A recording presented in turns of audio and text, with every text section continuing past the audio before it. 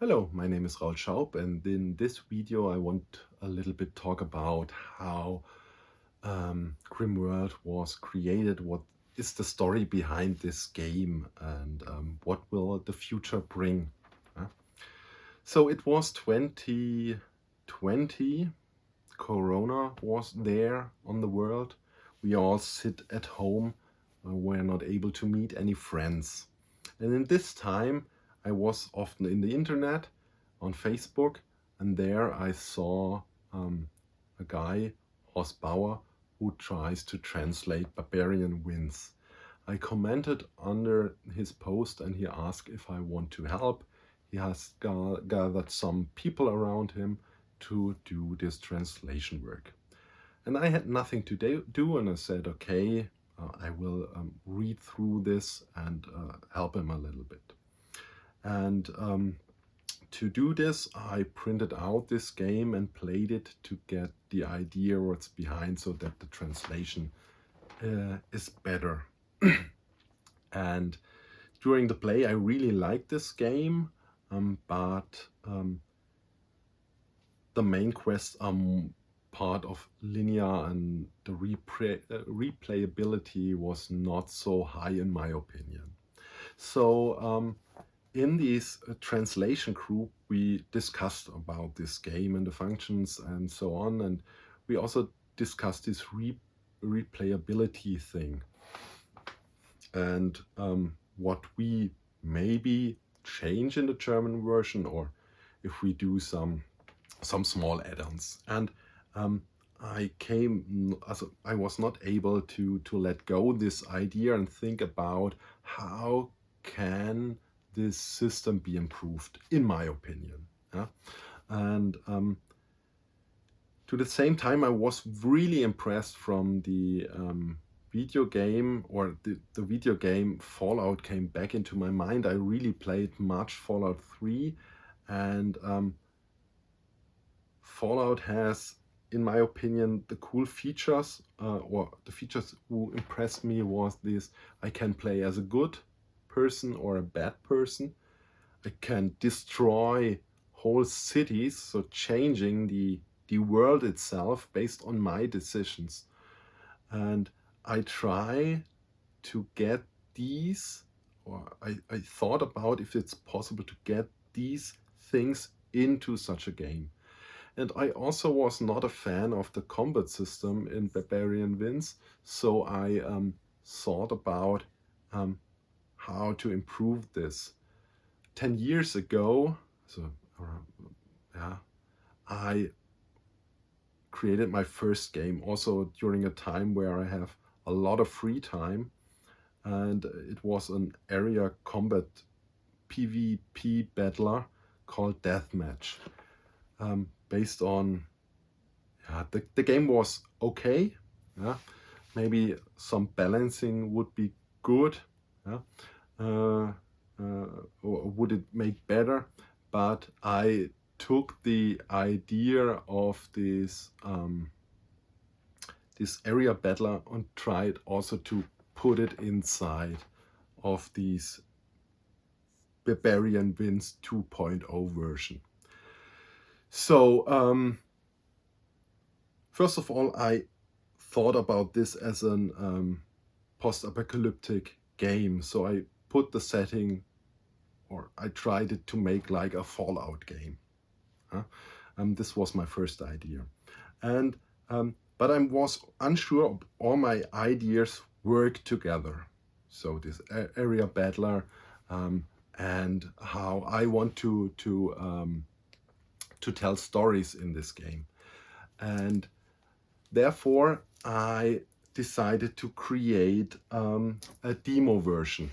And the demo version, my idea was not to use this post-apocalyptic setting.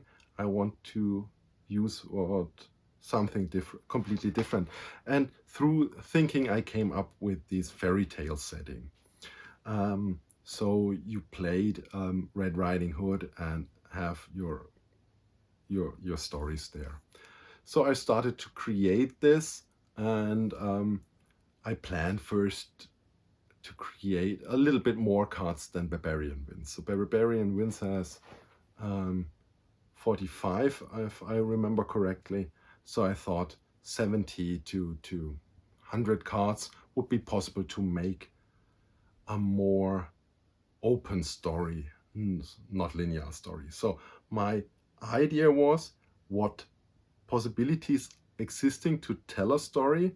There are these linear stories. In my childhood, I read very often this game books from Peter Jackson and Ian Livingstone. So the Warlock of the Firetop Mountain, I think is the English name, or Joe Davers, the Lone Wolf, and they have, in my opinion, a more linear story. So you have a beginning, you have your game in between, and you have your end.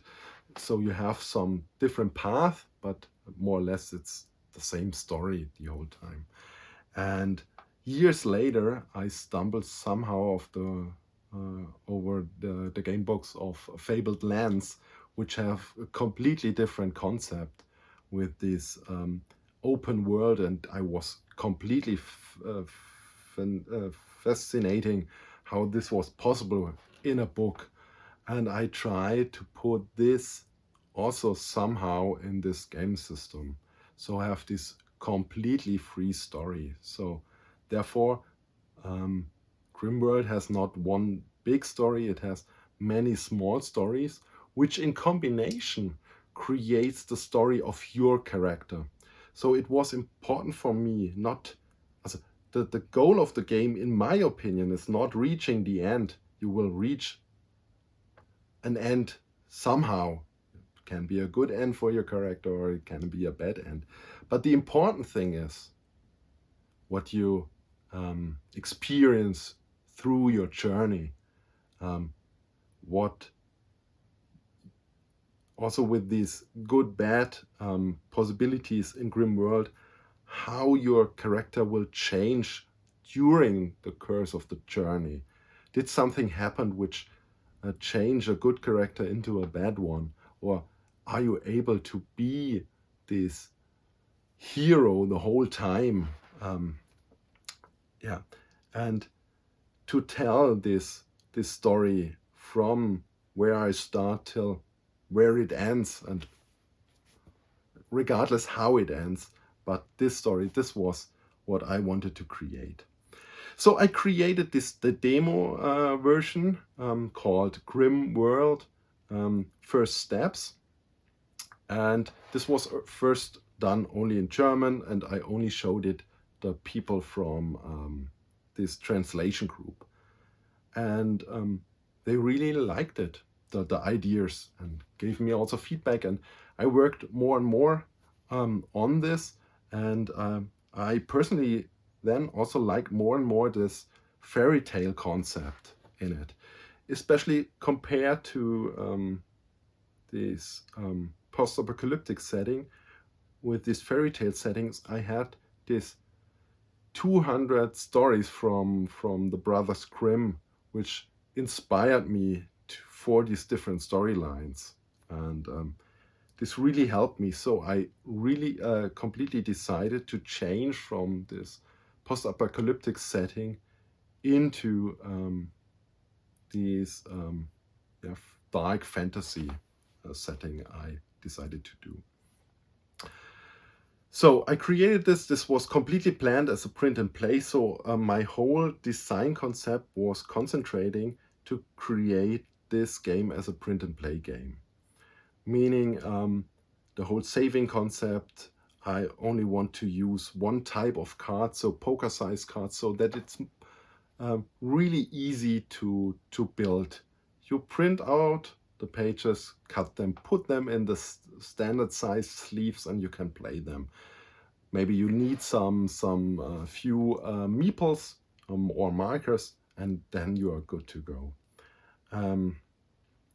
And I try to do this with this open story. What was really complex in the first thing is the balancing, because you completely not know what the players will do in this world. Will they train and try to get a good weapon, or they only walking around and see what's happening.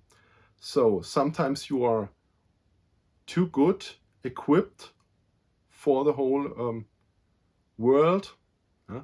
And sometimes you still have only a wooden stick and you fight dragons, yeah.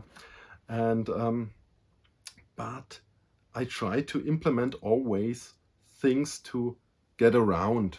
Yeah, you can run away from combat.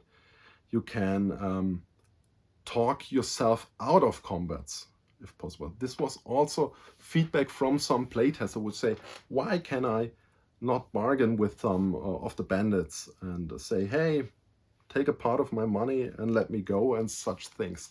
And I was happy to get all this cool feedback, which helps me to improve this gameplay. And everything what's possible without changing the whole game system, I was happy and willing to include this. And also some playtester, which came really late during the whole creation phase, Thomas Baumann, he was also sitting there and think of own expansions. We had some discussion because he had more of these long stories included in his expansion, but he has also some really great ideas about having a house or these events during you are at the blacksmith and so on. So I also asked him if I can take some of his ideas and adapt them in my new game. So I released this demo version, but we decided also internally with the playtesters not to name it demo because this confuses the people.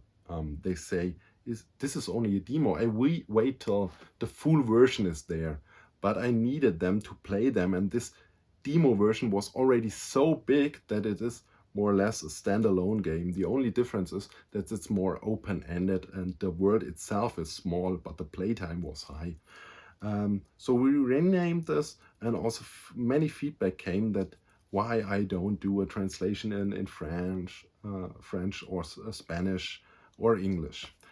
Because I cannot speak French or Spanish, I decided, okay, if I translate it, it was already much work for this 270 demo version to do this. And so I translated it to get a more wider audience and get more feedback from different players for my full game. So I released this Grimm World First Steps in the English version and hoped and waited for some feedback, and I received it, and I was really happy about this. Also, some people told me, why don't you show it to some publishers? I personally was not the person who said I want to have this published by a publisher, because the benefit of a print and play game is I can add something when I want. I can make the story as dark as I want.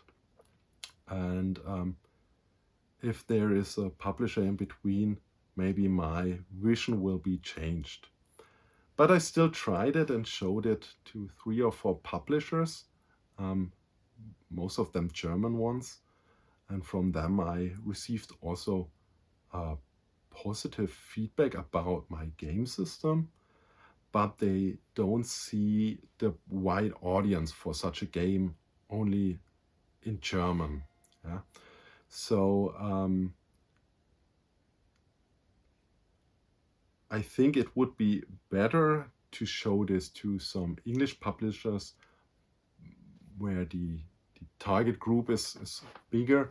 But I personally decided, because I created this game for myself mainly, and also for, the most important thing is that I have fun with this game, that I love it, I can see it, and I still want to play it even if after I played through it several times. And I also loved it to hear the different stories of the people they encounter there. This is what I wanted, yeah. And so I decided to then do it only as a print and play.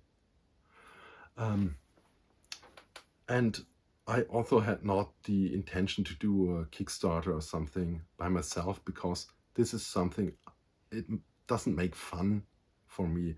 Designing and writing is fun for me, but the whole publishing or even translating to English is nothing I really have fun with. And doing a crowdfunding thing and go to a printer and check and sending this out, this is nothing I had fun with. So I decided to still stay at this print and play. And with the possibility came then up, I think shortly after I released the demo version, with these AI graphic tools like Midjourney. And I thought, oh, this is a nice idea to create graphics like I want for my print and play game, because hiring someone to illustrate several hundred cards would be not possible for me to pay for. And with in mind that I will not do a crowdfunding, it was also no option to pay it by myself, and a print and play will never get the money back to pay 300, 400 images. And this was a nice option. I first had the idea, some old pictures, public domain pictures to use. There are some artists which do the illustrations for the fairy tales before, for very old versions. Otto Ubenlode, I think was his name, did one. So I was able to use these images in Grimm World, but with this possibility, it takes my game to a different level. And so I decided to try this out. This was time before all this bad speaking about AI came up. And I tried it out. I think it was during Midjourney 3. And it really helps me to boost my motivation, because seeing, not only reading the story and reading how the world looks like, also creating and creating these images, how I think of, was really great to motivate me. And I also had to write down these prompts in English, so my English is not the best. So sometimes there came different images out based on what I imaged, so different images which not matching my imagination, but helped me to come up with new ideas for the stories. And this was a really cool process for me to further develop this game, and it was very high motivation. I think I created within 1 month over 300 cards. This was crazy boost. And also it helps to make people interested in your game, and this is also cool. And then these highly critical discussion arises. During this time, I already had flagged my game at Board Game Geek with Midjourney and so on. I think my game was the second one which has the Midjourney as an artist written on it. I tried still to buy graphic assets as much as I can, so everything outside these small pictures on the cards are bought graphic assets. I have also the graphic images from Mike Schley, which does normally do D&D maps, draws. He sells assets, and I write him off if it's possible to use his assets. Also, by buying these assets, normally they are only usable for creating maps. If I'm also allowed this in my commercial project with these small cards, and he allowed it to me, and I'm very happy that he did this, because he's one of the persons to get assets which are payable and has a clear contract. For someone with a small PMP project, it's very hard, and I was believing that I don't find any assets for creating this region and map cards. And thank you again, Mike, for the possibility to use this. And yeah, so I used this Midjourney 3.0 version images, and they were really cool and very dreamy and abstract. And so I created part of the game and developed it further. And after several months, I did another month Midjourney. Now it was version 5.1. And again, as the first time, I write down in 1 month over 5,000 prompts and saved over 3,000 pictures. And the same I did in the second month I did there. The image quality was much better, not so dreamy anymore. It was more real world, yeah? And it was perfect. And for me, it was really great now to see this real world through these cards. And I was so happy to also show it to other persons what I think of.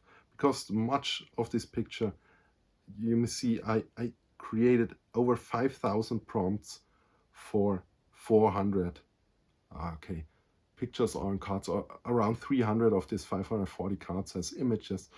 So you see, I have lots of iterations. Some images needed hundreds, as 100 iterations till I found a picture which I had in my mind. Yeah, I hope for those people which have nothing against AI, and if they play my game, that they see the world through my eyes and also have this fun by encountering this world. Yeah? So because this as a Grimm World completely works without these images. So I can remove every AI image and only use the cards and graphics which I bought from real artists, and replacing the AI generated character images through other images I already had. I had in the first iteration already painted images. This would work, but for me, I really love to see something, to have this combination of text and image. And because this whole journey I told you right now was for me to do something, to make something better, to kill some time during Corona and afterwards to generate these stories. And so this game must, as I must love it, and therefore I also needed these images for me to make this game like I wanted. And I hope you also have this fun with the game like I did during every playthrough I had. Yeah. So what will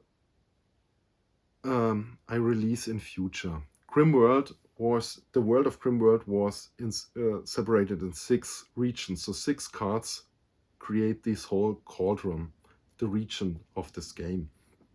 And after writing 2 regions, I saw I had already 350 cards. And I know if I do the rest, I will 1,000 cards. And nobody on the world will ever print 1,000 cards to test if this game is something for him. And even 540 cards are really much. And I will see if there are people which are really interested and jump over the shadow. It's called in German. I don't know if this is working in English. So we'll do this and print it out and see if it has fun or not. So I try to do some cutting in the world and create natural borders. And I think this worked. And I have also in mind to open this border, so add additional regions. So the idea is now you have with the base game 3 of the regions, and the other 3 will be each one an expansion, because each of this region has one king or queen which rule this part and has his own plans, and will maybe change the world based on their idea. And you can interfere or you can not do it. This is up to you. So I will work on these three, each one after each other, and so that you hopefully around every year have one big expansion which brings you a new region, a new character, new quests, rumors, and some other stuff. This is the idea, the big picture, so that in the end you will have your 1,000 cards, but have it printed step by step. I also worked on additional things. I finished already 2 small expansions, one where you are able to use drugs. I came on during development on this idea to inhalate fairy dust to get some strength, some highs and lows, and other stuff. I will not spoil too much. This will be a free expansion coming soon, or for this expansion, based on the ratings of my Board Game Geek. So rate it. If you rate my game after the first play, you get this expansion for free, and if enough people rate it, the important border is 30 people at Board Game Geek, then I will open this expansion for everyone, also for people who didn't rate my game. I worked also on a second character, Jacob, the one-armed soldier. This is really, I thought, should I pack it in the base game? But the thing is, then the people will start maybe playing with Jacob, and this is something I didn't want, because Jacob with this one arm is really hard to play, because you cannot use two-handed weapons, so the whole ranged weapons are not usable, and you cannot use a shield and a one-handed weapon. So I decided to wait a little bit and also release him afterwards. So if the people played one through the game maybe,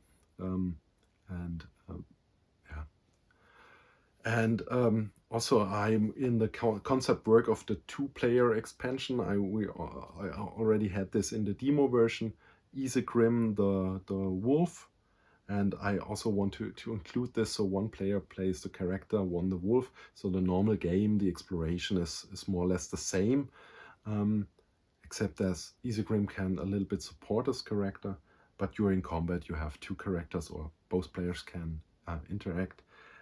In the old game, also in the demo version, the first step version, the wolf grow up during the game.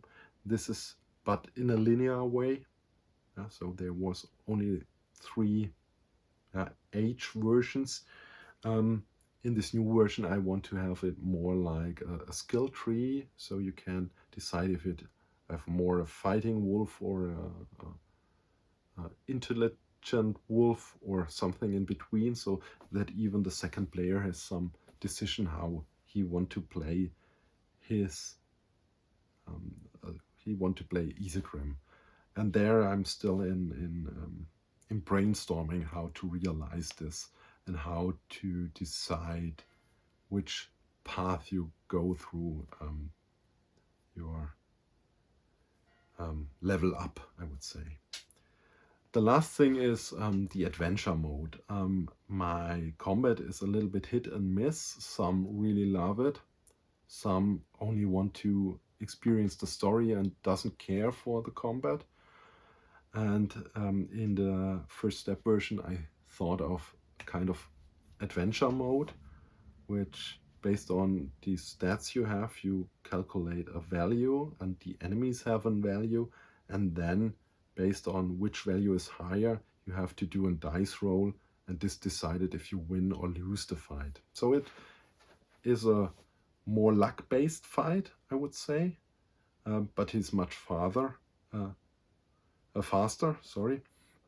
and it helps the people which want to skip some combats. And this is something I already had on paper, but maybe should have to modify a little bit based on some changes which I did in the new version. So I think I will soon release a beta version, so that the players can try out this adventure mode if they don't like this combats, based on their feedback. I hope for feedback to make this a better version or a more balanced version than the better version I will release. Yeah. So this is what I trying to do. So this Fairy Dust and a Jacob expansion, this 2-player extension of the game, the adventure mode, and then the 3 big regions. This is what I plan to release over the next time. I'm also working on this 18-card boss battler, The Promise, which is also playing in this same fairy tale world. Maybe I also had some ideas about some crossovers or cameos. Maybe I will include it in somehow, you will see. Okay, thank you that you followed my whole journey here. I hope it was some interesting information for you, and yeah, hope to see you in the Grimm World. Thanks for your attention. Goodbye.